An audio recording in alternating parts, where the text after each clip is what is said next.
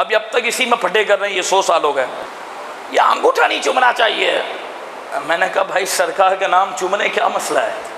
کہتے دلیل کیا ہے؟ میں نے کہا نبی کے لیے چومنے سب سے بڑی دلیل ہے. بھائی کوئی کام سرکار کے لیے اس سے بڑی کو دلیل چاہیے؟ بولو سبحان اللہ. کہتے یہ صحابہ نے نام چوما تھا سرکار کا. میں نے کہا تو نام چومنے کی بات کرتا، صحابہ نے سرکار کے لیے گردنیں دی ہیں، تو نام چومنے کی؟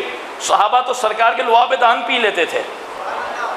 بھائی نام تو چومنا اس وقت ہو کہ جب وہ شخصیت سامنے نہیں تو انسان جھوم جائے، کہ شخصیت ہوتی تو ان کے جسم کو بوسہ لیتا، وہ نہیں تو نام تو چومو. کانسیپٹ تو سمجھو، تمہاری تو عقل ماری گئی ہے، کچھ سمجھ رہے ہو؟ اور یہ جو روایت میں پڑھنے جا رہا ہوں یہ در منصور میں امام سیوطی نے لکھا. امام سیوطی کتنے بڑے امام ہیں، ٹھیک. روح البیان کے اندر علامہ اسماعیل حقی علیہ الرحمٰن نے لکھا. تفسیر نعیمی میں مفتی احمد علی خان نعیمی علیہ الرحمٰن. تینوں بزرگوں کی روایت ہم نے پڑھی اور تینوں کے اندر یہ روایت موجود ہے، جس کا خلاصہ آپ کی خدمت میں پیش کرتا ہوں. فرمایا بنی اسرائیل میں ایک شخص تھا، اس نے 200 سال اللہ تبارک و تعالیٰ کی نافرمانی کی. کتنے ہیں؟ 200 سال. 200 سال اس نے اپنے رب کو ناراض کیا اور اللہ رب العالمین کی نافرمانی کی. جب وہ مر گیا تو علاقے والوں نے اس کو کچرے کے ڈھیر پہ ڈال دیا. بتاؤ علاقے والے اس سے کتنا بیزار ہوں گے کہ کفن دفن کرنے کے لیے تیار نہیں. وہ شخص جیسے ہی مرا اس کو کچرے کے ڈھیر پہ ڈال دیا. رب العالمین نے حضرت موسیٰ کو وحی فرمائی. بولو سبحان اللہ. رب نے فرمایا موسیٰ فلاں جگہ جاؤ جہاں میرا بندہ کچرے کے ڈھیر پہ موجود ہے، اس کو اٹھاؤ، غسل دو اور جنازہ پڑھو. اب اللہ کا نبی جنازہ پڑھے؟ بھائی ولی کسی کا جنازہ پڑھے تو بخشا جاتا ہے، نبی جنازہ پڑھے.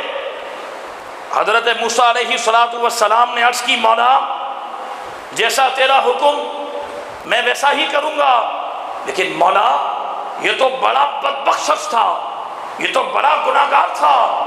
200 سال اس نے تیری نافرمانی کی ہے اور ایسی نافرمانی کی ہے کہ علاقے والے بیزار ہو کر اس کو کچرے کے ڈھیر پہ ڈال دیا ہے اور اس کو دفنانے کے لیے کفنانے کے لیے کوئی تیار نہیں. اور مولا تو نے اپنے کلیم کو، اپنے رسول کو حکم دیا کہ وہ جنازہ پڑھائے. مولا اتنا بڑا درجہ کیسے دیا تو نے؟ حضرت موسیٰ نے پوچھنا چاہا تو رب العالمین نے فرمایا اے موسیٰ بات ٹھیک ہے کہ یہ بڑا گناہگار تھا، بڑا سیاہکار تھا، بڑا بیکار آدمی تھا، لیکن سن موسیٰ میں نے اس کو جو مقام و مرتبہ دیا وجہ کیا ہے؟ اب عبارت سنو. لِأَنَّهُ كُلَّمَا كَانَ نَشَرَ التَّوْرَاةَ وَالنَّظَرَ إِلَىٰ اسْمِ مُحَمَّد قَبَّلَهُ وَوَضَعَ عَلَىٰ عَيْنَيْهِ. اے موسیٰ سن، یہ تھا گناہگار، تھا سیاہکار، لیکن اس کا یہ عمل تھا جس کی وجہ سے میں نے اس کو درجہ دیا. وہ عمل یہ تھا کہ جب بھی توریت شریف میں میرے محبوب کا نام اس کی نظر سے گزرتا تھا تو یہ میرے مصطفیٰ کے نام کو چوم کر آنکھوں سے لگاتا تھا، اس لیے میں نے اس کی مغفرت فرما دی ہے.